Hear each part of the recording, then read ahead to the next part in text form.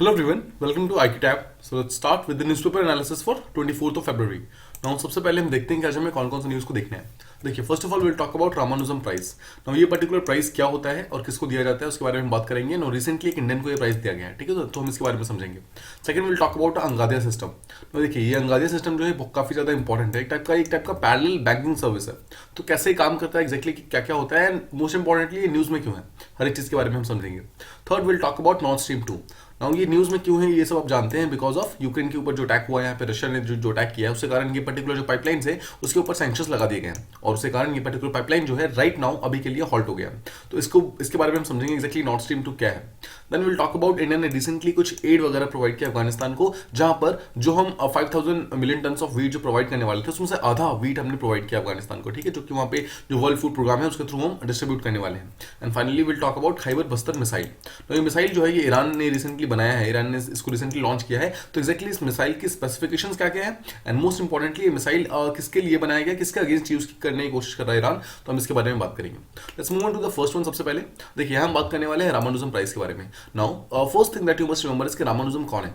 देखिए एस रामानुजम ये इंडिया के एक मैथमेटिशियन हुआ करते थे जो कि इंडिया के अंदर मतलब उनका बॉर्न हुआ था और यूके के जो कैम्ब्रिज जो यूनिवर्सिटी है वहाँ पे उन्होंने अपने कुछ स्टडीज वगैरह की हुई है, वहाँ पे उन्होंने कुछ रिसर्च वगैरह किए हुए हैं और काफ़ी सारे उन्होंने मैथमेटिक्स को काफ़ी सारा जो डिफरेंट टाइप की इनफाइनाइट सीरीज है और भी बहुत सारी डिफरेंट चीज़ें वो सब मतलब इनकी ही देने हैं, ठीक है। तो हम इसके बारे में तो उन्हीं के नाम पे बेसिकली इटली के अंदर एक प्राइज मतलब दिया जाता है रामानुजम प्राइज, जिसके अंदर इंडिया भी एक इंपॉर्टेंट रोल प्ले करता है। तो एक पर्टिकुलर प्राइज के बारे में देखते हैं।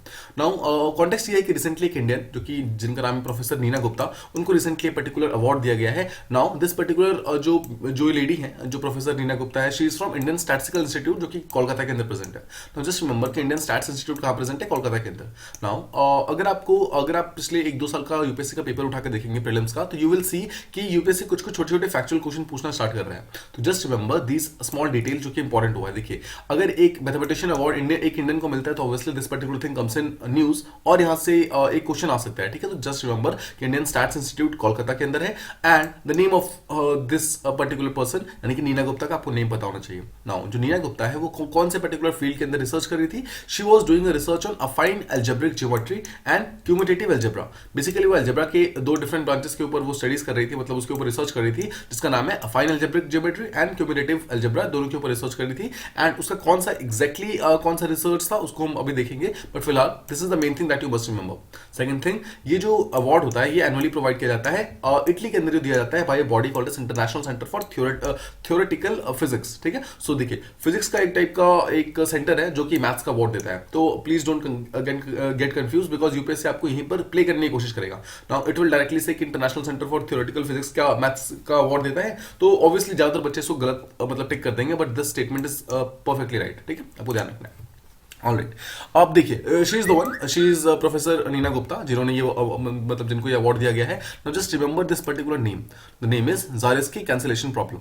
नाउ ये जो वो अलजेब्रा का जो स्टडी कर रही है बेसिकली डीप स्टडी, उसके अंदर एक there was a problem Zarankiewicz cancellation problem, इसी के ऊपर वो काम कर रही है। 2013 के अंदर उन्होंने इस पर्टिकुलर प्रॉब्लम को सॉल्व कर दिया था, ठीक है। That's why she came into the news and she right now got this particular award, ठीक है। अब जो रामानुजम प्राइज विनर्स है, now the question that UPSC will ask you is कि is she the first Indian woman to get this particular prize? No, she is not the first one. She is the third woman. ठीक है, just remember आपको ध्यान रखना, she is the third Indian woman जिनको ये award मिला है। ना इससे पहले ऑलरेडी 2006 के अंदर सुजाता रामदोराई नाम की एक लेडी थी जो कि इंडिया से थी, उनको भी ये अवार्ड मिला था। देन 2015 के अंदर there was a person called as Amlendu Krishna, मतलब he was a man obviously. Then in 2018 there was another woman जिनका नाम था रीता भरत मुंशी। तो यानी कि देखिए she is the first woman, she was the second woman and Nina Gupta became the third woman. Now you don't need to remember anyone's names, please आप किसी का नाम याद मत कीजिएगा, you just need to remember she is not the first one, that's it, ठीक है, और कुछ याद नहीं करना है। सेकंड चीज, ज़ारेस्की कैंसलेशन प्रॉब्लम का आपको नाम पता होना चाहिए। अगेन इसको भी आपको याद नहीं करना है, just try to look through it, 3-4 बार आप उसको देख लीजिए तो ऑटोमेटिकली आपके दिमाग के अंदर ही बैठ जाएगा, ठीक है। तो आपको एग्जाम के अंदर आपको देखिए प्रीलिम्स के अंदर you just have to choose the answer is in front of you, तो आपको बहुत ही इजीली चूज करना होता है। तो अगर आपके दिमाग से कोई चीज 3-4 बार पास करते हैं तो आप वहां पर जाकर आपको बहुत आसानी से याद आ जाएगा। नाउ देखिए ये जो पर्टिकुलर अवार्ड है it has been named after, जैसे मैंने आपको स्टार्टिंग में बताया एक इंडिया के मैथमेटिशियन हुआ करते थे श्रीनिवास रामानुजन सर, उन्हीं के नाम पर ये चीज बनाया गया और ये 2004 के अंदर इस पर्टिकुलर अवार्ड का स्टार्ट किया गया था और first award was given in 2005। ठीक है।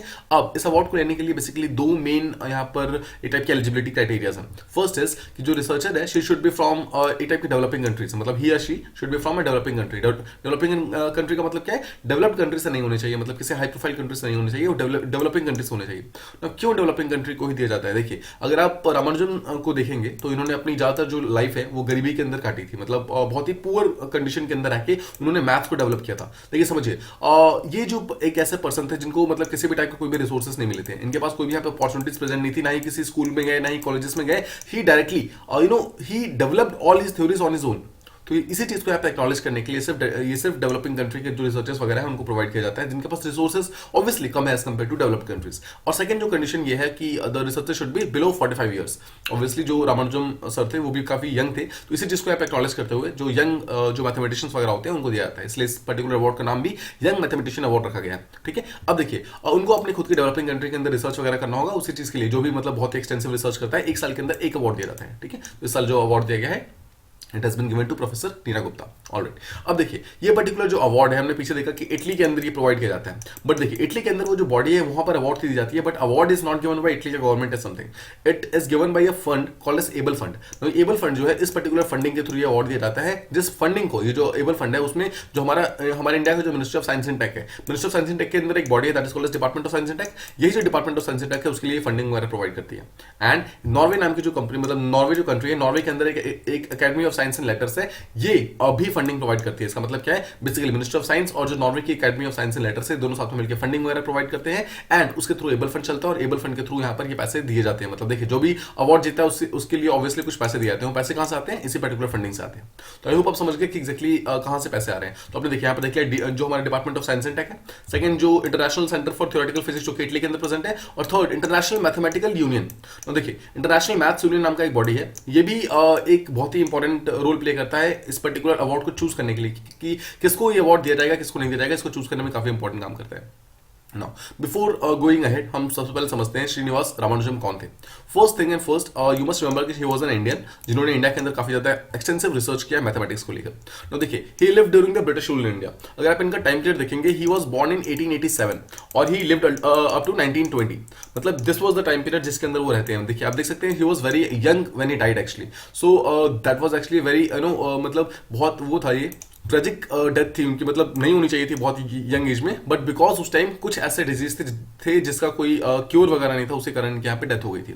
तो there is also movie on this particular person, मतलब रामानुजम सर के ऊपर एक मूवी भी है। The movie's name is the man who knew infinity. If you want you can watch it in your spare times. The man who knew मतलब infinity, एक काफी अच्छी मूवी जो मतलब इनके लाइफ को एक्चुअली शो करने की कोशिश करता है। Just remember, he never got any type of formal training. इनको किसी भी टाइप का फॉर्मल ट्रेनिंग नहीं मिलता है किसी भी टाइप की मैथमेटिक्स वगैरह में, बट उसके बावजूद माना जाता है कि इन्होंने टेंपल्स वगैरह में जाकर, मतलब डिफरेंट जो साउथ इंडिया के जो डिफरेंट टेंपल्स वगैरह थे, टेंपल्स में जाकर उन्होंने बहुत सारा जो मैथ्स की फॉर्मूलाज वगैरह थे उसके टेंपल के जो फ्लोर है ना उसके ऊपर बनाया था। Now he give the concept of mathematical analysis बहुत सारे। नाउ प्रोमिनेंस जो उन्होंने जो चीज दी थी that was called as infinite series. इसके अलावा there is a thing called as number theory and there is called as continued fractions. ये सब के सब जो है ये रामानुजम सर के द्वारा दिए गए हैं। Now apart from these things there is a number, that number is called as Hardy Ramanujan number. ठीक है, जस्ट रिमेंबर, देखिए Hardy Ramanujan number. Now Hardy जो थे वो रामानुजम के टीचर हुआ करते थे, तो हार्डी और रामानुजम ने साथ में मिलकर एक नंबर बनाया था। नाउ दिस नंबर जो है, देखिए नंबर का नाम क्या है, number is 1729।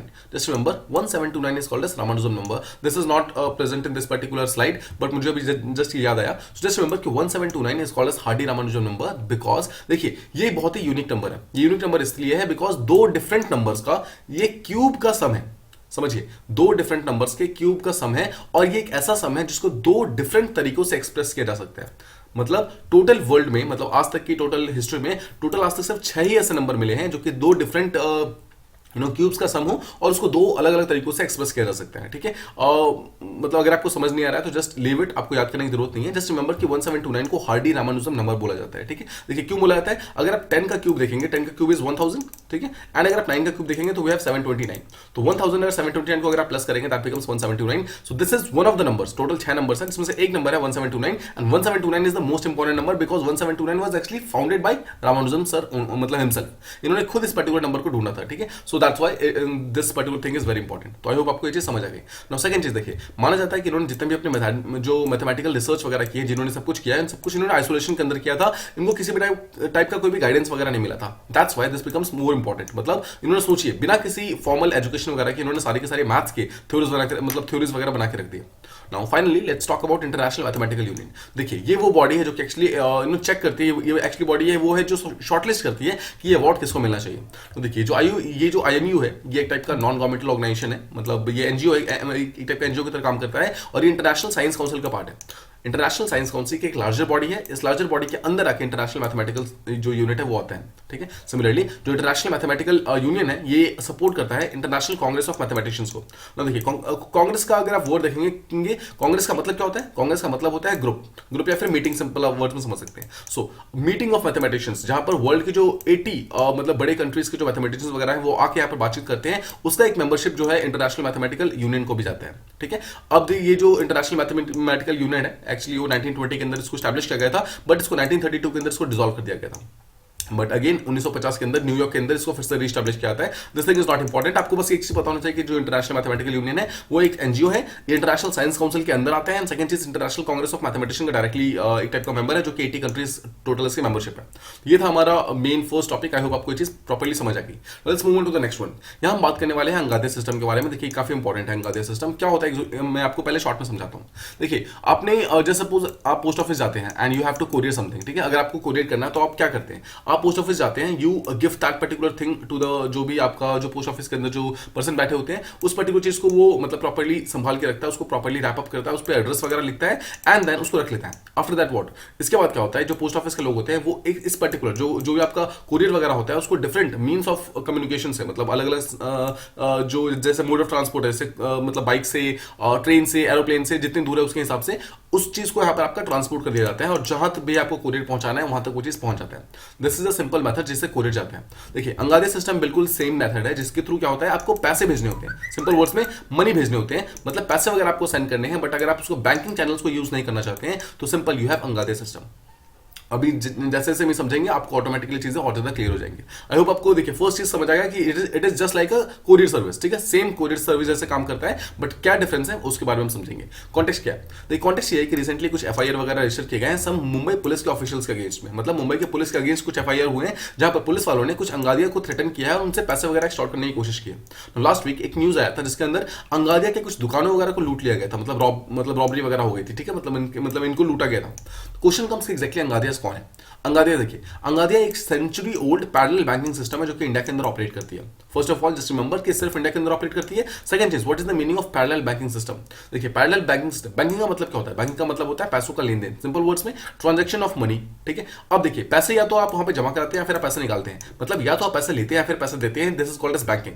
The same method, अगर आप सेम चीज को पैरेलली, देखिए आज से अगर आप 100 साल पीछे जाएंगे जब हमारे कंट्री के अंदर बैंक्स वगैरह नहीं हुआ करते थे, उस टाइम ये बैंकिंग सिस्टम कैसे चलता था। देखिए सिंपल होता था कि अगर आपको एक जगह से सेकंड जगह पे पैसे भेजने हैं तो यू गिव दैट पर्टिकुलर पैसा टू एक सिंगल पर्सन। जैसे पोस्ट ऑफिस है मान लीजिए, तो पोस्ट ऑफिस का जो पोस्टमैन है, आप उस पोस्टमैन को पैसे देते हैं थ्रू अ मनी ऑर्डर, ठीक है। और वो पैसे क्या करता है, वो आपके पोस्टमैन जो है आपके पैसों को सही जगह पर पहुंचा देता है जहां पर भी पहुंचाना होता है। सेम मेथड यहां पर यूज किया जाता था सेंचुरी ओल्ड, मतलब बहुत साल पहले, जहां पर जैसे मान लीजिए कि एक पर्टिकुलर कोई ट्रेडर है, उसको कुछ कैश वगैरह सेंड करना है किसी दूसरे स्टेट के अंदर, ठीक है, मतलब आसपास नहीं काफी दूर उसको सेंड करना है, तो वो क्या करेगा, he will call a person called as Angadia. तो अंगादिया कौन होता है, अंगादिया एक्चुअली पोस्टमैन को आप कह सकते हैं सिंपल वर्ड्स में। तो जिस तरह अभी के टाइम में पोस्टमैन होते हैं जो कि हमारा मनी ऑर्डर लेके आते हैं, बिल्कुल सेम अगर आप 100 साल पीछे जाएंगे तो उन्हीं लोगों को अंगादिया बोला जाता था, ठीक है। बट रिमेंबर अंगादिया पूरे इंडिया के अंदर प्रेवलेंट नहीं थे, कुछ ही पार्ट्स के अंदर थे, इसलिए एक बहुत ज्यादा फेमस एंटिटी नहीं है। तो आपको ध्यान रखना है अंगादिया जो है ये एक टाइप के पोस्टमैन की तरह थे। तो जैसे मान लिया आप हैं, आपको अगर कोई कैश सेंड करना है एक स्टेट से सेकंड स्टेट के अंदर, तो what will you do,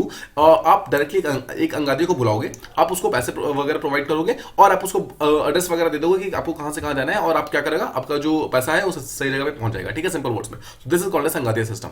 now Angadia का अगर आप मतलब समझेंगे, अंगादिया का सीधा सा मतलब होता है कुरियर, और कुरियर वर्ड को एक्चुअली अंगादिया वर्ड से ही लिया गया।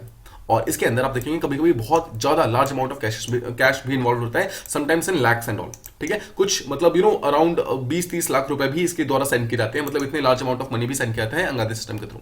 नाउ जस्ट रिमेंबर कि जो भी अंगादिया होता है आपका, जैसे जो भी पोस्टमैन होता है वो रिस्पॉन्सिबल होता है, मतलब उसकी रिस्पॉन्सिबिलिटी होती है कि पैसों को सही जगह पहुंचाना है। उसके लिए अंगादिया ऑब्वियसली एक छोटा सा फी चार्ज करते हैं, मतलब कुछ पैसे लेते हैं एक फीस के रूप में, बट आपके पैसों को सही जगह पहुंचा देते हैं ना। मैं आपको एक चीज बताता हूं, जैसे सपोज कि एक पोस्टमैन है, तो क्या आप उस पोस्टमैन को 20 लाख रुपए दे देंगे? क्या आप उसको 20 लाख रुपए देके आप उसको बोलेंगे कि ठीक है ऐसा करो कि आप एक पर्टिकुलर विलेज के अंदर एक दूसरे मतलब पर्सन कोई भी है उसको आप जाकर ये 20 लाख रुपए दे दो? क्या आप उस पर्टिकुलर पोस्टमैन पे इतना भरोसा करोगे कि आप उसको 20 लाख रुपए दे दोगे? नहीं, राइट। तो इसी तरीके से क्या होता है, देखिए अंगादिया पे डायरेक्टली आप भरोसा नहीं कर सकते। अंगादिया क्या होता है? अंगादिया एक टाइप का फैमिली बिजनेस आप समझ सकते हैं। Family business in the sense, जैसे मान लीजिए कि आपकी कोई ज्वेलरी की बिजनेस है, ठीक है, तो अगर आप ज्वेलरी की बिजनेस है तो आप क्या करते हैं, अपने खुद कुछ मतलब खास लोग रखते हैं, मतलब कुछ ऐसे आपके भरोसे वाले लोग जो जिन पे आप ट्रस्ट करते हैं, उन लोग के रखते हैं आप अंगादिया के रूप में। मतलब आप किसी को भी ऐसे पैसे नहीं दे देते हैं, आप कुछ लोगों को जो कि मतलब आपके काफी भरोसे के लोग हैं, उन लोगों को आप अंगादिया के रूप में मतलब के रूप में रखते हैं। स्पेशली देखिए जो ज्वेलरी बिजनेस में जो मुंबई और सूरत वाला जो पार्ट है, जहां पर सबसे ज्यादा जो डायमंड रूट इसे बोला जाता है, बेसिकली मुंबई टू सूरत वाला पार्ट है उसे डायमंड रूट बोला जाता है। बिकॉज देखिए मुंबई के अंदर वो डायमंड्स वगैरह स्टार्ट होते हैं बनने वगैरह, जो रॉ मटेरियल्स वगैरह प्रेजेंट होता है वहां से सूरत भेजा जाता है, सूरत के अंदर इसको रिफाइन किया जाता है, सूरत के अंदर डायमंड रिफाइनरीज वगैरह प्रेजेंट है, ठीक है। तो मुंबई से सूरत जो रूट है उसे डायमंड ट्रेड रूट बोला जाता है। और इसी पर्टिकुलर रूट के ऊपर आज से 100 साल पहले जब बैंकिंग सिस्टम नहीं हुआ करता था, जैसे मान लीजिए एक पर्टिकुलर बिजनेसमैन है, उसको अगर सेकंड बिजनेसमैन को पैसे देने हैं तो वो अंगादिया को यूज करता था। बट वो अंगादिया कोई भी एक एक टाइप का मतलब कोई भी पर्सन नहीं होता था, वो बहुत ही खास आदमी होता था जो कि इस पर्सन का बहुत ही भरोसे वाला आदमी होता था। तो इसी भरोसे वाले आदमी को यहाँ पर अंगादिया बोला जाता था, ठीक है ना। जस्ट रिमेंबर कि अंगादिया जो होते हैं वो नॉर्मली मारवाड़ीज, गुजरातीज या फिर मालवाड़ी कम्युनिटी के होते हैं, जो या तो गुजरात के होते हैं या फिर मुंबई के होते हैं। बिकॉज देखिए अगर आप आज से 100 साल पीछे जाएंगे तो कौन से ऐसी कम्युनिटी है जो कि सबसे ज्यादा ट्रेड वगैरह कर सकती है ना, वो जो अगर आप ट्रेडिंग समझेंगे तो सबसे ज्यादा ट्रेड यहाँ पर गुजरात, महाराष्ट्र, एमपी, इन सब रीजन के अंदर बेसिकली होता था। देखिए दिस इज गुजरात, ठीक है, गुजरात का ये वाला जो नीचे वाला पार्ट है दिस इज सूरत, और महाराष्ट्र का जो ऊपर वाला पार्ट है दैट इज मुंबई। इसी पर्टिकुलर रूट को यहाँ पे डायमंड रूट बोला जाता है, ठीक है। वंस अगेन देखिए दिस इज गुजरात, ठीक है, गुजरात का यहाँ पर सूरत है, ठीक है, और दिस इज यहाँ पर देखिए दिस इज महाराष्ट्र, यहाँ पर मुंबई है। तो इसी पर्टिकुलर रूट को यहाँ पर डायमंड रूट बोला जाता है। और इसी रूट के ऊपर जो सबसे ज्यादा जो ये अंगादियाज थे वो मूव करते थे और वहां पर पैसे वगैरह एक जगह से सेकंड जगह पहुंचाते थे। नो, जैसा मैंने आपको बताया, देखिए अंगादिया सिस्टम जो है पूरी तरीके से ट्रस्ट के ऊपर काम करता है। मतलब देखिए कभी कभी बहुत ज्यादा large amount of money involve होता है, इसलिए आप किसी को भी पैसे दे नहीं सकते हैं, आपको बहुत ज्यादा ट्रस्ट होना चाहिए उस पर्टिकुलर पर्सन के ऊपर, तभी आप उसको पैसे देंगे। इसलिए माना जाता है कि कुछ ट्रेडर्स जो है अपने घर के अंदर ही मतलब कुछ अंगादियास को रखते थे, मतलब हमेशा रखते थे, उनके साथ रहते थे, मतलब हमेशा उनके ऊपर भरोसा होता था, तभी उनको पैसा वगैरह सेंड किया जाते थे। जैसा मैंने आपको बताया, मान लीजिए कि एक ट्रेडर है, उसको सेकंड ट्रेडर के पास कुछ पैसे वगैरह भेजने, तो क्या होता था, वो अपने एक अंगादिया को भेज देगा सिंपली और वहां पर पैसे वगैरह पहुंचा देगा। तो जस्ट रिमेंबर कि जैसे अभी के टाइम में तो क्या है, अंगादियास वगैरह देखिए अभी भी काफी ज्यादा मतलब प्रेवलेंट है ये चीज। और अंगादियास जो है वो मतलब ट्रेन वगैरह भी फिक्स होती है कि सुबह 5 बजे वाली ट्रेन पकड़नी है, वहां पर 12 बजे पहुंचना है, ठीक है। सिमिलरली वहां पर पैसे वगैरह देने हैं और शाम की 5 वाली ट्रेन से वापस आ जाना है। इसका मतलब क्या है, अंगादियास वहां जाकर कभी रुकते नहीं है, they return to the place same day, मतलब उसी दिन वापस आ जाते हैं, ठीक है। और सेकंड चीज देखिए, जब भी आपको अंगादियास को पैसे सेंड करने होते हैं तो obviously you need to have some proof mechanism, right. कुछ ऐसा होना चाहिए कि जो अंगादिया है वो सही पर्सन को पैसा पहुंचाए। तो अगेन समझिए, जैसे सपोज कि आप एक ट्रेडर हैं, अगर आप एक ट्रेडर हैं और आपको आपने किसी अंगादिया को पकड़ा और आपको मतलब पर्सन बी के पास पैसे पहुंचाने हैं, तो हाउ विल यू इंश्योर कि जो ये अंगादिया है वो बी के पास ही पैसे पहुंचा रहा है? तो आपको क्या करना है, आप अंगादिया को एक कोड दे देंगे, जैसे सपोज द कोड इज 0012, ठीक है। और सिमिलरली आप जो ये पर्सन बी है उसको आप कॉल करके बता देंगे कि कोड है 0012। Now when this particular person यानी कि जो अंगादिया है जब ये बी के पास पहुंचेगा तो Angadia will ask for the code, Angadia code पूछेगा और जो बी होगा उसको कोड बताना होगा। अगर बी ने सही कोड बता दिया, दैट इज 0012 बता दिया, तो अंगादिया उसे पैसे दे देगा। अगर वो कोड सही नहीं बताएगा तो ऑब्वियसली उसको पैसे नहीं देगा, because he might be the wrong person, ठीक है। तो हो सकता है कि वो गलत पर्सन हो और उसको आप इतना लार्ज अमाउंट ऑफ पैसा दे नहीं सकते। इसी चीज के लिए यहाँ पर एक बहुत ही एक नंबर वगैरह होता है, उस नंबर को प्रॉपर्ली कंफर्म करना होता है। ये सब देखे, ये सब आपने मूवीज वगैरह में देखा होगा, द सेम सिस्टम, वही सिस्टम जो है वो बेसिकली अंगादिया सिस्टम मतलब उसी को बोलते हैं। तो क्वेश्चन कम्स कि क्या ये पर्टिकुलर सिस्टम लीगल है? जी हाँ, ये बिल्कुल लीगल है। ये मुंबई और गुजरात के आसपास में अभी भी होता है और अभी भी काफी सारा पैसा इसके थ्रू मतलब शेयर वगैरह किया जाता है। बट समझिए कि अगर एक पर्टिकुलर ट्रेडर है, जैसे सपोज को 20 लाख रुपए अपने अंगादिया के थ्रू पर्सन बी तक पहुंचाते हैं, know what is the proof कि ये 20 लाख रुपए बिल्कुल सही पैसे, मतलब क्या प्रूफ है कि ये बिल्कुल भी ब्लैक मनी नहीं है, फिर बिल्कुल पूरी तरीके से व्हाइट मनी है? तो इसी चीज के लिए यहाँ पर एक फियर जो स्टार्ट हुआ है पिछले 4-5 महीनों के अंदर, जहां पर देखा जा रहा है कि जो अंगादियास हैं काफी ज्यादा लार्ज अमाउंट ऑफ पैसा यहाँ पर ट्रांसफर कर रहे हैं, उसमें से बहुत सारा पैसा ऐसा भी है जो कि अनअकाउंटेड है, मतलब कि जो कि ब्लैक मनी है। तो ब्लैक मनी को चैनलाइज करने के लिए भी अंगादियास को कहीं ना कहीं यूज किया जा रहा है, ठीक है। अब एक चीज समझिए, अंगादियास के अंदर जो होता है सारा का सारा बिजनेस कैश के अंदर होता है, इसके अंदर कोई भी अकाउंट वगैरह मेंटेन नहीं किया जाता है, मतलब कोई कहीं पे लिखा नहीं होता है। जिस तरह बैंकिंग चैनल्स वगैरह होते हैं, बैंकिंग में सारे के सारे ट्रांजेक्शन का रिकॉर्ड्स होते हैं, बट अंगादियास के अंदर कोई भी ट्रांजेक्शन का रिकॉर्ड नहीं होता है। उसके कारण अगर कोई यहाँ पर घपला होता भी है, कोई किसी भी तरीके का अगर फॉल्स फ्रॉड होता भी है, तो यहाँ पर किसी को पता नहीं चलता है। This is the biggest problem, ठीक है। तो इसलिए एक सस्पिशन ये भी है कि हो सकता है कि बहुत सारा हवाला वगैरह का भी जो पैसा है वो इसके थ्रू होता है, इसलिए इसके ऊपर कहीं ना कहीं जांच वगैरह स्टार्ट हो गई है, ठीक है। अंगादियास देखिए, जैसा मैंने आपको बताया कि काफी ज्यादा एक साथ में काफी ह्यूज कैश वगैरह कैरी करते हैं, इसलिए कभी कभी रॉबरी के लिए भी ये मतलब फंस जाते हैं, मतलब चोरी वगैरह हो जाती है, उसके कारण काफी लार्ज अमाउंट ऑफ पैसों का यहाँ पर घाटा हो जाता है। ये था हमारा अंगादिया सिस्टम। आई होप आपको काफी चीजें उसमें प्रॉपर्ली समझ आ गई होंगी। Now let's move on to the next one, जिसमें हमें नॉर्थ स्ट्रीम 2 के बारे में बात करनी है। कॉन्टेक्स्ट आपको पता है, कॉन्टेक्स्ट ये है कि रशिया ने रिसेंटली यूक्रेन के ऊपर अटैक कर दिया है, उसके कारण जो नॉर्थ स्ट्रीम 2 पाइपलाइन है जो कि रशिया से जर्मनी जाती थी, यानी कि यूरोपियन कंट्री में जाती थी, उसको फिलहाल के लिए हॉल्ट पे लग दिया गया। नाउ लेट्स अंडरस्टैंड इसको एक बार फिर से देखिए, इसको आप एक रिवीजन आर्टिकल की तरह समझ सकते हैं। आपको याद होगा नॉर्थ स्ट्रीम 2 पाइपलाइन के बारे में हमने 2-3 बार ऑलरेडी बातें की हुई है, आप इसको एक रिवीजन की तरह समझिए, जो भी बेसिक चीजें आपको एक बार फिर से रिवाइज हो जाएगी, फिर से आपको याद आ जाएगा। देखिए नॉर्थ स्ट्रीम 2 जो है अराउंड 1200 किलोमीटर एक पाइपलाइन है जो कि बाल्टिक सी के अंदर ट्रैवल करती है, ठीक है, रिमेंबर बाल्टिक सी। सेकंड चीज, रशिया का एक शहर है that is called as Ustluga, और वहां से जर्मनी का एक शहर that is called as Greifswald. तो जस्ट रिमेंबर कि उस्तलुगा से निकलती है ये particular pipeline and it goes to Greifswald, जो कि जर्मनी के अंदर प्रेजेंट है। Just remember, always remember these two शहरों का नाम, because this is very important. Second चीज, माना जा रहा है कि नॉर्थ स्ट्रीम 2 पाइपलाइन जब ये स्टार्ट हो जाएगी तो उस टाइम ये एनुअली यानी कि एक साल के अंदर around 55 billion cubic meters of gas, natural gas, इसको प्रोवाइड क्या करेगी। इसके कारण क्या होगा, रशिया काफी सारा गैसेस वगैरह प्रोवाइड करेगा यूरोप को, उसके कारण क्या होगा, यूरोप के अंदर जो भी एनर्जी वगैरह की क्राइसिस चल रही है वो यहाँ पर रिड्यूस हो जाएगी, किसी भी टाइप का क्राइसिस यहाँ पर नहीं आएगा। Now this particular north stream 2 जो है, इसको बनाने का जो काम 2015 के अंदर स्टार्ट हुआ था, ऑलमोस्ट 98% माना जाता है कि ये बन चुका है, तो धीरे धीरे बन रहा है। तो देखिए इसका नाम नॉर्थ स्ट्रीम 2 है, तो 2 का मतलब क्या है कि ऑलरेडी 1 जो नॉर्थ स्ट्रीम 1 है वो ऑलरेडी यहाँ पर है और वो ऑलरेडी कंप्लीट हो चुका है, और उसके थ्रू जो गैस वगैरह का ट्रांसफर होता है वो ऑलरेडी काफी होता है। तो क्वेश्चन कम्स कि अगर नॉर्थ स्ट्रीम 1 ऑलरेडी प्रेजेंट था तो नॉर्थ स्ट्रीम 2 की जरूरत क्या थी। देखिए नॉर्थ स्ट्रीम 1 जो है उसका जो कैपेसिटी है, कैरिंग कैपेसिटी है गैस का, वो काफी कम है, तो उसी चीज को इंप्रूव करने के लिए नॉर्थ स्ट्रीम 2 को लाया गया था। मतलब एक बार में देखिए नॉर्थ स्ट्रीम 2 एक बार में 55 billion cubic meters of gas को ट्रांसफर कर सकता है, बट जो नॉर्थ स्ट्रीम 1 था दैट को ट्रांसफर ओनली 20 बिलियन। तो इसका मतलब समझ रहे हैं आप, ऑलमोस्ट डबल किया गया है इस पर्टिकुलर कैपेसिटी को, कैरिंग कैपेसिटी को डबल कर दिया गया है। नॉर्थ स्ट्रीम 1 काफी कम ऑयल को, गैसेस को कैरी कर सकता था, बट नॉर्थ स्ट्रीम 2 काफी ज्यादा गैसेस को कैरी कर सकता था, तो मतलब कैरी कर सकता है। ऑलराइट, अब देखिए जो सबसे मेन रेसिपिएंट कंट्री है दैट इज जर्मनी। जर्मनी के अंदर सबसे ज्यादा मतलब ये ऑयल वगैरह जाएगा, और जर्मनी के अलावा वी हैव डेनमार्क। तो ये दोनों कंट्री एक ऐसी है जिसके अंदर सबसे ज्यादा ये ऑयल एंड गैसेस वगैरह ट्रांसफर होगा फ्रॉम रशिया। ना एक चीज आपको समझना है, कौन सी कंपनी है जो कि एक्चुअली नॉर्थ स्ट्रीम 2 को बना रही है, तो उस कंपनी का नाम है गैसप्रॉम। देखिए गैसप्रॉम ऑल्दो हमारे एग्जामिनेशन पॉइंट ऑफ व्यू से इंपॉर्टेंट नहीं है, बट अगर आप जो अगले कुछ दिन देखिए, जस्ट बिकॉज रशिया ने यहाँ पे अटैक किया है इसके ऊपर, यूक्रेन के ऊपर, तो ये चीज तो श्योर है कि अगले कुछ दिनों तक आर्टिकल्स लगातार आने वाले हैं रशिया के ऊपर, राइट। रशिया यूक्रेन के टेंशंस के ऊपर आने वाले हैं, तो some of the articles they will be also involving north stream 2। तो जो नॉर्थ स्ट्रीम 2 होगा ना, तो they will definitely mention the name of the Gazprom. Just remember कि गैसप्रॉम है क्या, गैसप्रॉम एक्चुअली वो कंपनी है जो कि रशिया की एक बहुत ही मतलब मेजर एनर्जी कंपनी है, जो कि एक्चुअली इस पर्टिकुलर नॉर्थ स्ट्रीम 2 को जिसने बनाया था। जस्ट रिमेंबर, ठीक है। तो गैसप्रॉम क्या है, ये एक्चुअली उस पर्टिकुलर कंपनी का नाम है। ऑलराइट, आगे बढ़ते हैं। इस पर्टिकुलर इमेज को ध्यान से देखिए। नाउ देखिए दिस इज यहाँ पे रशिया का एक शहर है दैट इज कॉल्ड उस्तलुगा से ये जो आप डॉटेड लाइन देख रहे हैं, this particular dotted line is called north stream 2 pipeline, वो यहाँ से निकलता है और it move to Germany. Germany के अंदर जो टॉप मोस्ट पार्ट है दैट थिंग इसको, ये एक टाइप की पोर्ट सिटी है, दैट्स नेम इज ग्रीफ्सवॉल्ड, यहाँ से जाती है। नाउ जर्मनी के अलावा we have a country called as Denmark. This is remember, this is Denmark. तो ये जो ये डॉटेड लाइन है ना, सिर्फ यहां तक नहीं आती है, उसके बाद ये this dotted line also travels here. इसका मतलब क्या है, एक तरफ तो ये जो नॉर्थ स्ट्रीम 2 का पाइपलाइन है वो यहां पर जर्मनी के अंदर आ रहा है, और सेकंड जो पाइपलाइन का जो मतलब पाइप है दैट गोज टू यहां पे डेनमार्क, यानी कि जर्मनी और डेनमार्क दोनों से ही डायरेक्टली ट्रेवल करती है। तो जस्ट रिमेंबर उस्तलुगा एंड यहाँ पे ग्रिफ्सवॉल्ड। नाउ ग्रिफ्सवॉल्ड और उस्तलुगा के अलावा अगर आप देखेंगे तो जो आप नॉर्मल जो येलो लाइन देख रहे हैं, this is actually north stream 1 जो कि वेयरबॉक्स से निकलती है, और ये भी जर्मनी के अंदर आती है। तो just remember north stream 1 and north stream 2 दोनों ही यहाँ पे रशिया से जर्मनी को डायरेक्टली वो करता है, ठीक है, कनेक्ट करता है। ऑलराइट, अब समझते हैं नॉर्थ स्ट्रीम 2 का जो भी राइट लाइन टोटल वैल्यू है, मतलब टोटल कितना पैसा लगा था इसको बनाने में, दैट इज अराउंड $11 बिलियन, और it runs parallelly with the north stream 1। मैंने आपको पीछे दिखाया नॉर्थ स्ट्रीम 1 और नॉर्थ स्ट्रीम 2 बिल्कुल साथ साथ यहाँ पर ट्रैवल करते हैं।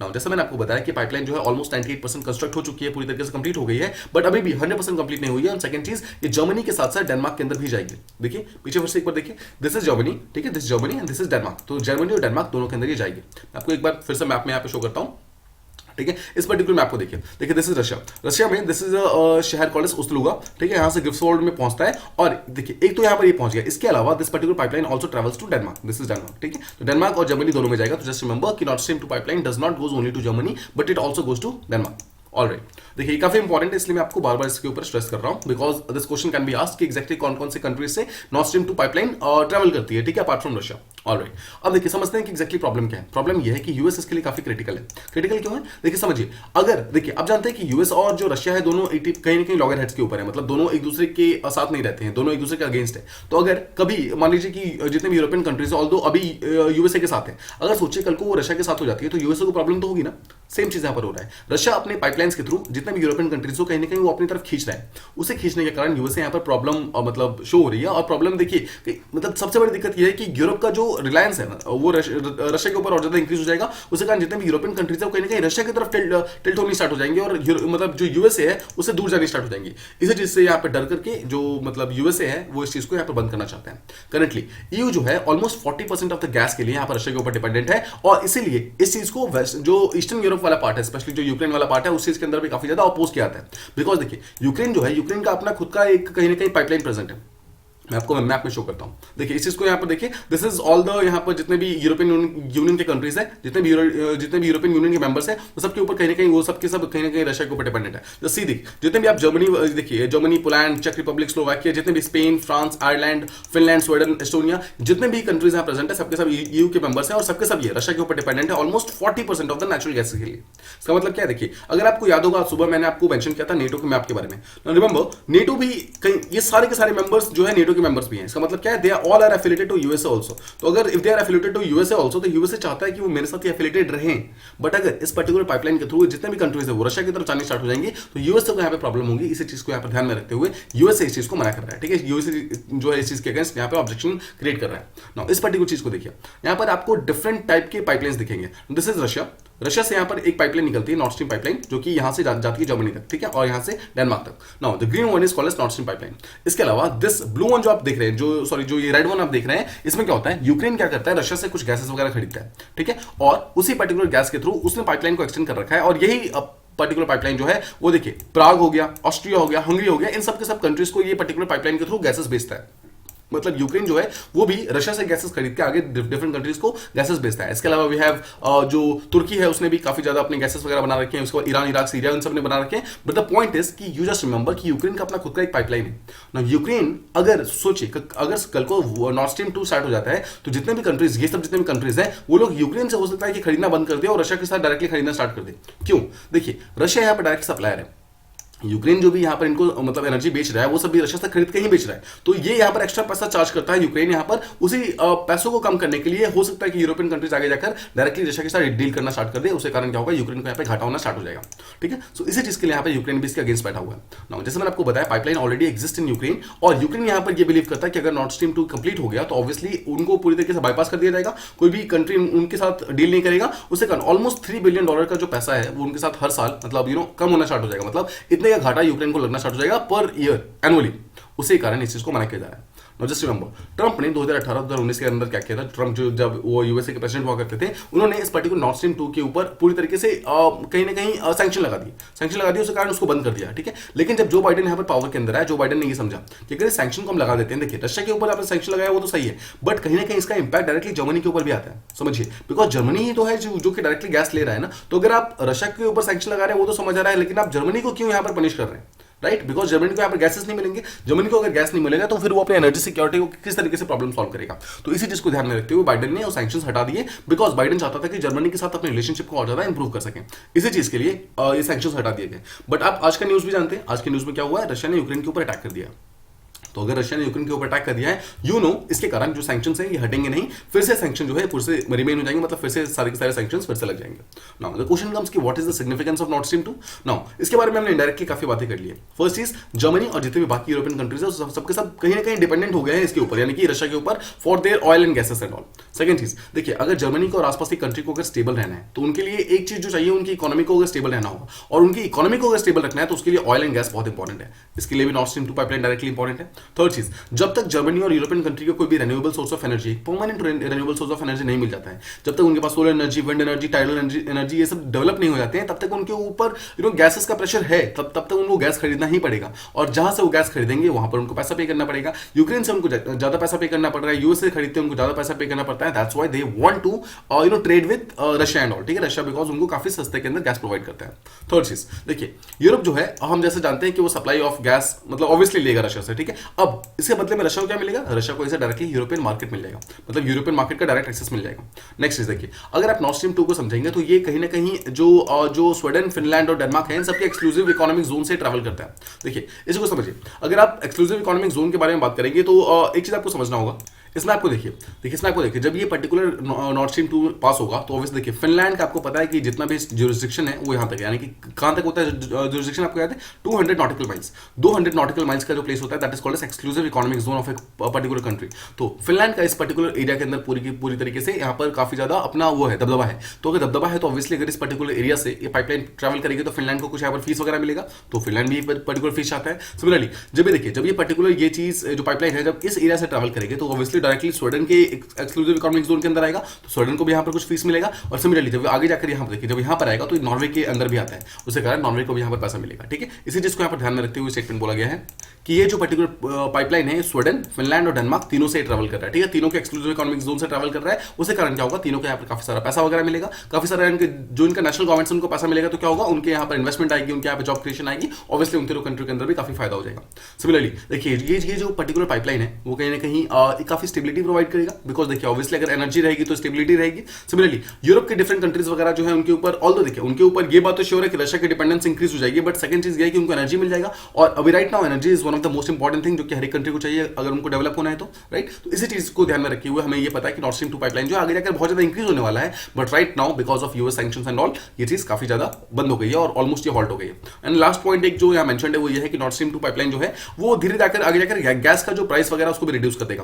क्यों रिड्यूस करेगा समझिए, किसी भी पर्टिकुलर इंटरनेशनल इकोनॉमी के अंदर इंटरनेशनल जो कम्युनिटी है उसके अंदर किसी भी चीज का प्राइस इंक्रीज या डिक्रीज होता है, that depends on demand and supply. Now what is the meaning of demand and supply, जिस चीज की सप्लाई रिड्यूस हो जाएगी ना ऑटोमेटिकली उसका डिमांड बढ़ जाएगा, और उसका डिमांड बढ़ेगा तो ऑटोमेटिकली उसका प्राइस बढ़ जाएगा। ठीक है, देखिए अगर सप्लाई कम है और डिमांड उतनी है तो ऑब्वियसली प्राइस इंक्रीज होगा।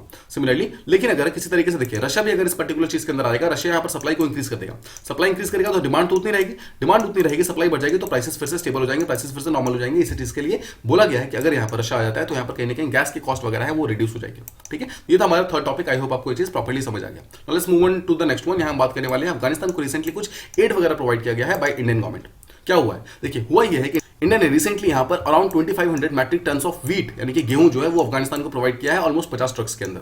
आपको याद होगा हम ऑलमोस्ट 5000 मैट्रिक टन ऑफ जो गेहूं है वो उसको प्रोवाइड करने वाले थे, तो उसमें से आधा जो है यानी कि 2500 मैट्रिक टन का जो गेहूं है उसको रिसेंटली प्रोवाइड किया गया है। दिस पर्टिकुलर जो फूड है this has not been given to Taliban यानी कि जो अफगानिस्तान का गवर्नमेंट है, but this has been given to world food programme.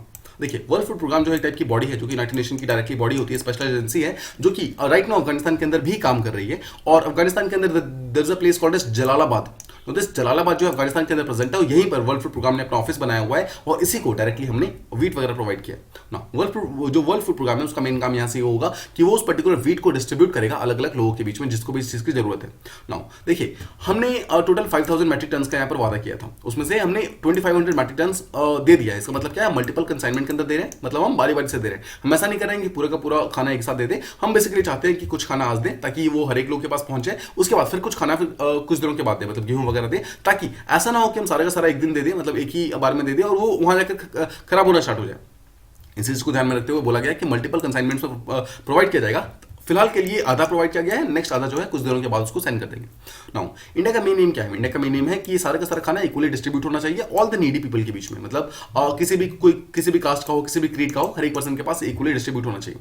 Third चीज देखिए, ये जो बैग जो हर एक जो व्हीट का बैग है उसके अंदर कुछ स्टेटमेंट्स लिखे हुए हैं like this is a gift from the people of India to the people of Afghanistan. So what does it signifies, देखिए although this is a very simple statement, but अगर आप इसको डिप्लोमेटिकली सोचेंगे तो this is a very good statement, because यहाँ पर ये show किया है कि इंडियन गवर्नमेंट ने यहाँ पर तालिबान गवर्नमेंट को ये चीज कुछ भी प्रोवाइड नहीं किया है, but this is a gift from people of India to people of Afghanistan. मतलब this is a very very nice gesture by Indian government, because यहाँ पर देखिए हमने डायरेक्टली वहां के लोगों की हेल्प करने की कोशिश की है। Now we know for fact कि जो तालिबान है उसके पास इतना पैसा है कि तालिबान अपना गुजारा कर रही है। द प्रॉब्लम में कौन है, प्रॉब्लम में अफगानिस्तान के लोग हैं, right. We need to help the people of Afghanistan, that's why we said देखिए दिस इज नॉट रिटन कि this is a gift from Indian government to people of Afghanistan, but this is a gift from people of India to the people of Afghanistan. So this is a kind of a community building exercise that is very very important.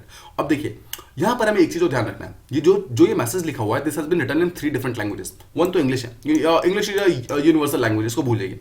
इसके अलावा जो बाकी जो 2 language दिख रहे हैं this is very important. Now one is Dari, one is Pashto. Why is this important, because Afghanistan की दोनों ऑफिशियल लैंग्वेजेस हैं।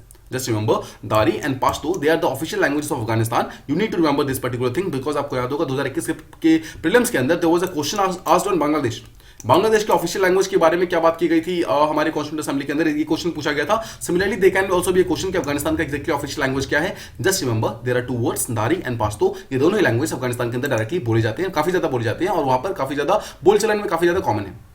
नाउ देखिए, this is a part of commitment that was made by government of India. Around हमने 2-3 महीने पहले commitment किया था और उसके हिसाब से हम around 50,000 million ton metric tons of wheat जो है गेहूं है वो अफगानिस्तान को पहुंचाने वाले थे और उसमें से आधा जो हमने ऑलरेडी पहुंचा दिया है। This particular thing was enrolled of from Amritsar, जो अमृतसर जो पाकिस्तान का डायरेक्टली बॉर्डर है वहीं से इसको भेजा गया, अमृतसर से पाकिस्तान, पाकिस्तान से अफगानिस्तान, मतलब पाकिस्तान का जो ट्रांजिट रूट है उसको हमने यूज किया वहां तक पहुंचने के लिए।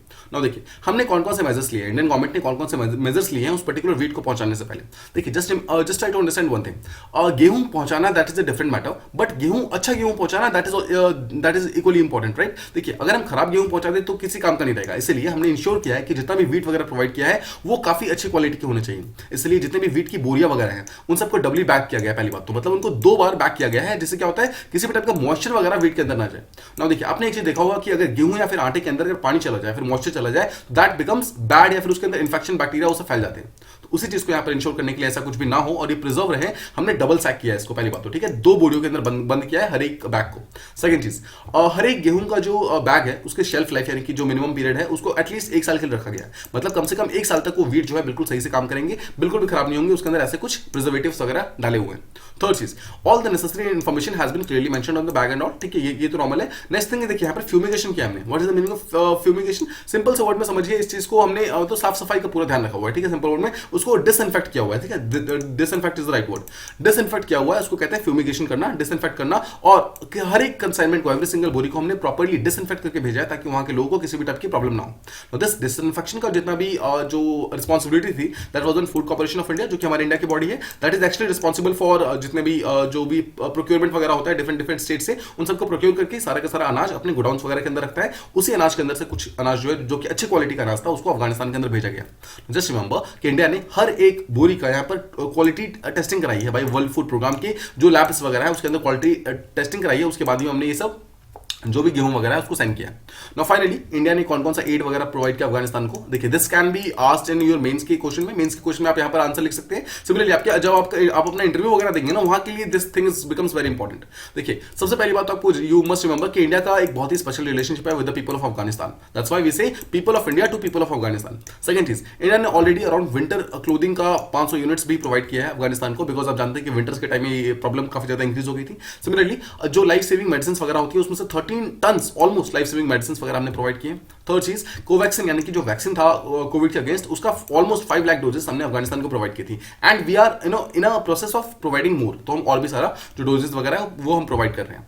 तो जस्ट रिमेंबर, जैसे मैंने आपको स्टार्टिंग में बताया कि जितना भी कंसाइनमेंट वगैरह हम सेंड कर रहे हैं, be it wheat, be it clothing, be it food, be it जितने मेडिसिन वगैरह हैं, इनमें से कुछ भी चीज जो हम तालिबान को नहीं दे रहे हैं। Taliban means what? Taliban means Afghanistan का गवर्नमेंट, हम गवर्नमेंट को नहीं दे रहे हैं। We are giving every single thing to WHO, ठीक है, फर्स्ट चीज WHO। Second, we are giving everything to world food program, WFP जो कि यूनाइटेड नेशन का बॉडी है, तो हम इन सबको दे रहे हैं। और सिमिलरली जो मेडिसिन वगैरह है we are providing it to Indira Gandhi hospital in Kabul. Kabul जो है अफगानिस्तान की कैपिटल है, वहां पर एक इंदिरा गांधी हॉस्पिटल है, जिसको इंडिया ने ही बनवाया है। जस्ट रिमेंबर कि इंदिरा गांधी हॉस्पिटल इंडिया ने बनवाया है, जो कि अफगानिस्तान के अंदर प्रेजेंट है। उसी के अंदर जितने भी लोग वगैरह जिनका इलाज वगैरह चल रहा है, उनका इलाज फ्री ऑफ कॉस्ट हो, उनको अच्छे मेडिसिन वगैरह मिले, उस चीज के लिए भी इंडिया यहाँ पे इंश्योर कर रहा है।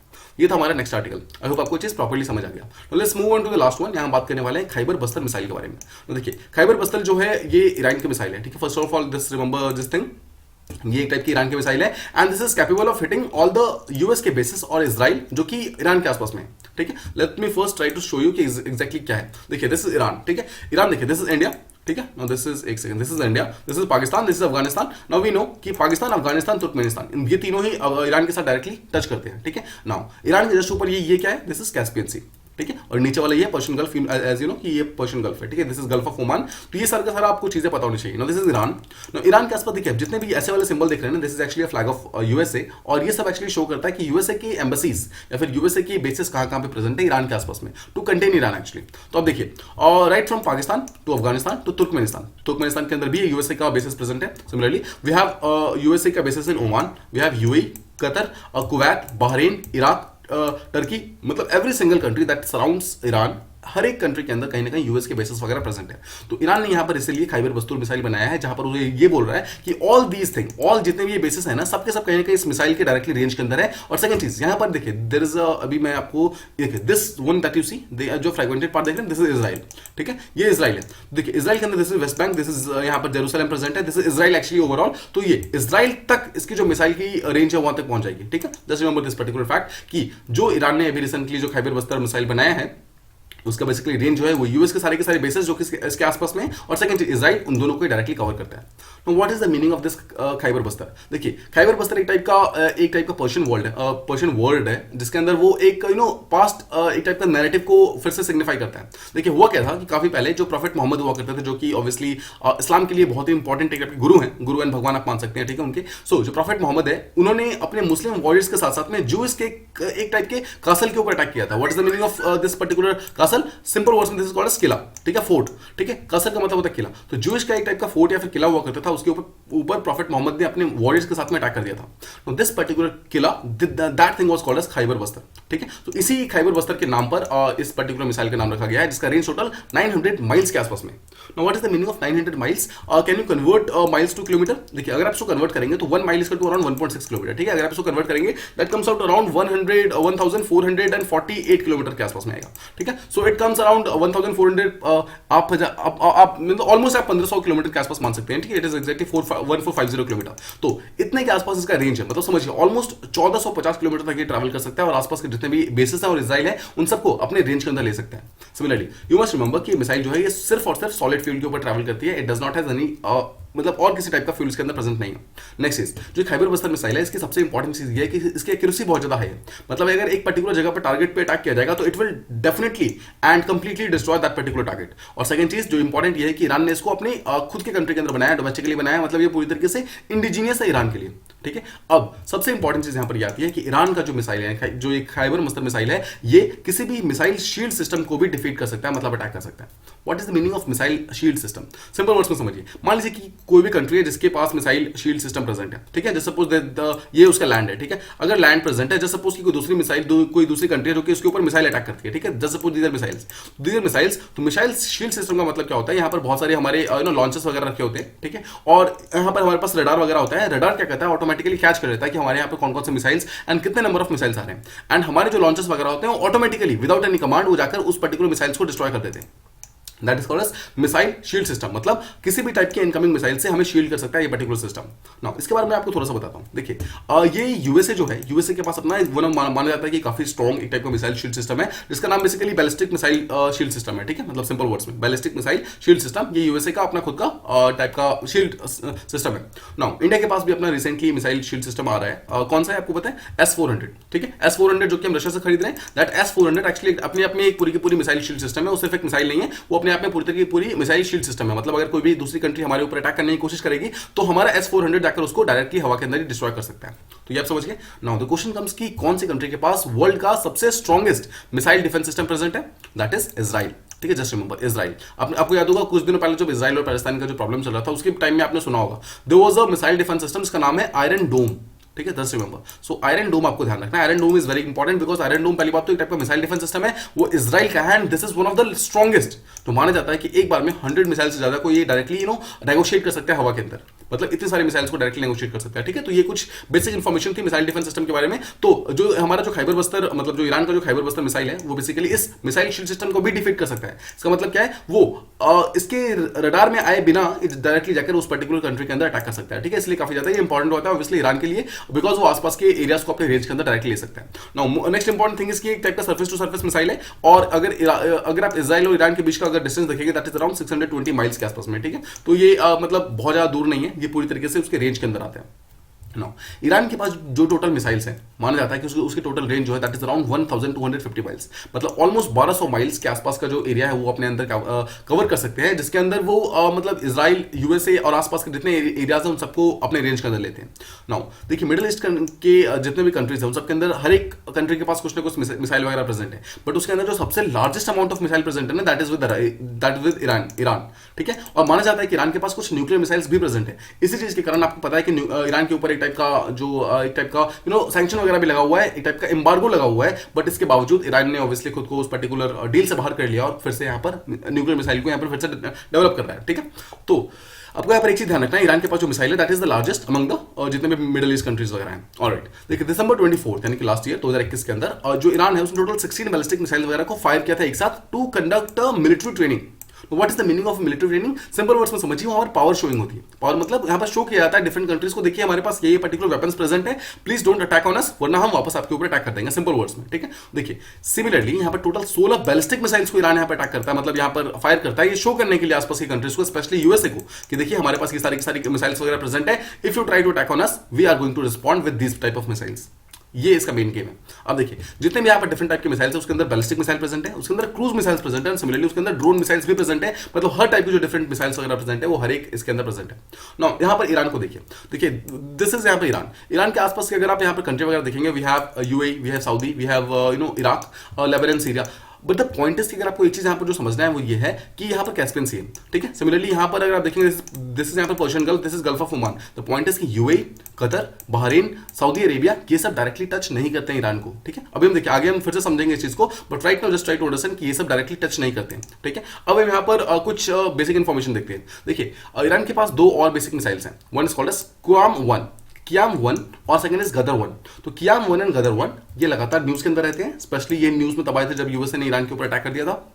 ठीक है, लास्ट ईयर। और जब याद होगा आपका ईरान का जो टॉप कमांडर मारा गया था, उसके कारण जो कियाम 1 और जो गदर 1 है वो काफी ज्यादा न्यूज में आ गए थे। ठीक है, जस्ट रिमेंबर कियाम 1 और गदर 1 है क्या? These both are the missiles of Iran.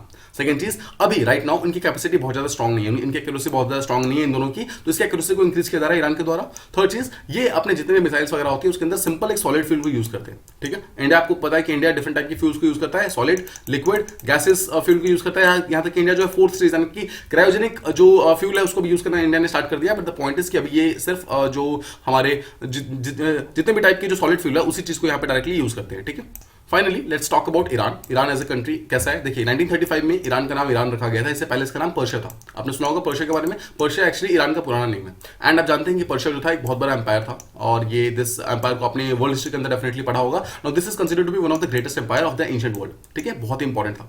Next is कि ईरान के आसपास कौन कौन से जो इंपॉर्टेंट कंट्रीज वगैरह प्रेजेंट है। देखिए ईरान के ऊपर हम एक चीज जो जानते हैं कि हमारे साइड से यानी कि इंडिया के साइड से तीन कौन कौन से कंट्रीज है, पाकिस्तान, अफगानिस्तान और तुर्कमेनिस्तान डायरेक्टली टच करती है। इसके अलावा we have Azerbaijan, we have Armenia, then we have Turkey. देखिए तुर्की का एक अच्छा खासा बॉर्डर है। इसके अलावा we have Iraq, then we have यहाँ पर देखिए कुवैत है यहाँ पर। ठीक है, कुवैत के अलावा यहाँ पे एक देखिए कुवैत यहाँ पर एक ऐसी कंट्री है जिसके साथ ईरान का बॉर्डर टच होता है। बट जैसा मैंने आपको पहले बताया, वी हैव 3 कंट्रीज जो कि ईरान के पास है बट उनका बॉर्डर टच नहीं होता है। But UPSC can ask you question from these, Saudi, Qatar, UAE and Oman, these 4 ये बहुत ही पास है। देखिए ओमान तो तब भी आप छोड़ दीजिए, ओमान तो साइड में आता है। We have 3 main countries, Qatar, Saudi and UAE, जो कि ईरान के साथ बहुत पास है, उनके साथ डायरेक्टली रिलेशनशिप है इन दोनों के। बट द पॉइंट इज कि ये तीनों डायरेक्टली टच नहीं करते ईरान को। Apart from this one thing that you must remember कि ऊपर की तरफ कैस्पियन सी, नीचे की तरफ पर्शियन गल्फ और यहाँ पे gulf of Oman, these are the 3 water bodies जो कि डायरेक्टली ईरान के आसपास में है। ठीक है, तो ये आप समझ गए एक्जैक्टली आसपास का मतलब कैसा जो प्लेस है, मतलब ईरान के आसपास कौन कौन सी नेबरिंग वगैरह प्रेजेंट है। नाउ नेक्स्ट इज ईरान जो है, अगर आप एशिया के अंदर देखते हैं, एशिया के अंदर जितने भी कंट्रीज वगैरह उसमें 4th लार्जेस्ट कंट्री है बाय एरिया। नाउ समझते हैं, देखिए 4th लार्जेस्ट कंट्री का मतलब क्या एक्जैक्टली, फर्स्ट सेकंड थर्ड पे कौन है? फर्स्ट पे जैसे हम जानते हैं चाइना प्रेजेंट है, सेकंड नंबर पे वी हैव इंडिया, थर्ड पे we have Saudi Arabia and fourth पे वी हैव ईरान। तो देखिए अगर आपको याद रखना है तो जैसे you can remember this particular thing. ठीक है, ये आपको याद रखना है कि एक्जैक्टली जो एशिया के अंदर है कौन कौन सी कंट्रीज कौन से नंबर पे है। अब देखिए ये तो हो गया एशिया का। अगर आपको वर्ल्ड का याद रखना हो तो मैं आपको एक छोटा सा निमोनिक्स देता हूँ। देखिए निमोनिक्स इज RCUC। ठीक है, सॉरी RC यहाँ पर है RCUC, then we have BAI। This is a small type of mnemonics जो कि आपको हेल्प कर सकता है। देखिए we have Russia, Canada, sorry Russia, China, US, Canada, then we have Brazil, Australia, India. This is the top 8 countries यहाँ पर। ठीक है, अगेन देखिए RCUC BAI, this is the way I have remembered it. ठीक है, देखिए अगेन देखिए Russia, China, US, Canada, we have Brazil, Australia, India. ठीक है, चाइना और कैनेडा दोनों सी से है, बट आप ऑब्वियसली इसमें तो कंफ्यूज नहीं होंगे कि चाइना और कैनेडा में कौन ज्यादा मतलब लार्जर है, तो obviously China is the largest one. ठीक है, तो just remember this particular thing, ये काफी इंपॉर्टेंट चीज थी। और इसके अलावा आप जानते हैं कि ईरान का जो कैपिटल है दैट इज तेहरान। और दिस इज वेरी इंपॉर्टेंट कि ईरान ने एक्जैक्टली कौन कौन से डिफरेंट बॉडीज वगैरह का मेंबर है। देखिए मेंबर छोड़िए, ईरान कौन कौन से बॉडीज का फाउंडिंग मेंबर है। फाउंडिंग मेंबर का मतलब क्या होता है, जब वो पर्टिकुलर बॉडी बनी थी तो उसके इनिशियल फर्स्ट मीटिंग के अंदर ईरान प्रेजेंट था। First is United Nation, second is organization of Islamic corporation, third is ECO, fourth is OPEC. ये चारों ही जो जो बॉडीज है, इन चारों के अंदर ईरान एक बहुत ही प्रोमिनेंट मेंबर है और बहुत ही इंपॉर्टेंट फाउंडिंग मेंबर है, इसलिए ईरान काफी ज्यादा इंपॉर्टेंट होता है। तो ये था हमारा सारे का सारा डिस्कशन। आई होप आपको जितने भी टॉपिक्स वगैरह जो हमने आज डिस्कस किए सारी चीजें प्रॉपर्ली समझ आ गई होंगी। आज के कुछ क्वेश्चन है जो आप ट्राई कर सकते हैं रिवीजन के फॉर्म में। तो फर्स्ट क्वेश्चन इज कि professor Neena Gupta has been awarded young mathematician award for which problem, कौन सी प्रॉब्लम को उन्होंने सॉल्व किया था, मैथ के कुछ प्रॉब्लम को उन्होंने सॉल्व किया था। Second question is which Indian government body funds the Ramanujan young mathematician award, India की कौन सी बॉडी है जो कि इसको फंडिंग करती है। Third question Angadia system recently seen in news is related to what. Fourth is Nord Stream pipeline extend from which city to which city between which countries, ठीक है। Next is what is the official language of Afghanistan, and the final question is कि Cam 1 and Ghadar 1 recently seen in news, they are types of what, ठीक है। ये आज हमारे आज के कुछ क्वेश्चन है, कल के क्वेश्चन थे उसे हम देख लेते हैं। तो first question was which region of Ukraine has been declared independent by Russia. तो आपको याद होगा आज के एडिटोरियल के अंदर मैंने आपको दो वर्ड्स बताई थी, वन इज डोनट्स, ठीक है, एंड सेकंड इज लोहा, ठीक है। तो आप देखिए डोनट्स से आपको डायरेक्टली याद होगा डोनेट्स्क, और लोहा से आपको याद आएगा लुहांस्क, ठीक है। तो डोनेट्स्क एंड लुहांस्क ये दोनों प्लेसेस है जहां पर रिसेंटली यूक्रेन का वो प्लेस है जिसको रिसेंटली इंडिपेंडेंट डिक्लेयर कर दिया गया है। Second question is what is pariah state in international politics. No आपको याद है जो पराया स्टेट है, pariah state is called simply एक आइसोलेटेड स्टेट, मतलब एक ऐसा स्टेट जिसको पूरी तरीके से छोड़ दिया जाए, आइसोलेटेड छोड़ दिया जाए। Third is called as what is Nxtra, recently seen in news. देखिए नेक्स्ट्रा एक टाइप का एयरटेल का डेटा सेंटर है, एक ऐसा प्लेस जहां पे एयरटेल अपना सारा का सारा डेटा को संभाल के रखता है, स्टोर करके रखता है, that thing is called as Nxtra. Next is which state has recently form the women safety squad, that is Jammu and Kashmir obviously, ठीक है, जैसा हमने कल इसके बारे में बात की थी। नेक्स्ट इज कि कौन सा एज सक्सीड करता है न्यूलिथिक एज को। नो आपको याद है first age that came was paleolithic age, then came mesolithic age, then came neolithic age, then came chalcolithic age. उसके बाद चैल्कोलिथिक एज के बाद जब ये फिनिश होता है तो उसके बाद इंडस वैली सिविलाइजेशन केम, और इंडस वैली सिविलाइजेशन के बाद यहाँ पे वैदिक सिस्टम यहाँ पे आता है। तो जो पैलियोलिथिक के बाद मेसोलिथिक, नियोलिथिक, उसके बाद कौन सा आता है चैल्कोलिथिक, ठीक है। तो answer is chalcolithic age. Next question is what is the meaning of green finance. Green financing basically कोई भी ऐसा पैसा जो सस्टेनेबल डेवलपमेंट के लिए यूज किया जाता है या फिर जो एनवायरमेंट को प्रोटेक्ट करने के लिए यूज किया जाता है, दैट सारा का सारा पैसा is called as green financing. तो ये था हमारा आज का डिस्कशन। आई होप आपको ये चीज प्रॉपर्ली समझ आ गई होंगी। All the news today are very very important. I hope आपको सारी चीजें प्रॉपर्ली समझ आ गई होंगी। If you have any type of doubt you can mention them in comment boxes, I will reply to it as soon as possible, ठीक है। So thank you so much for listening to this video.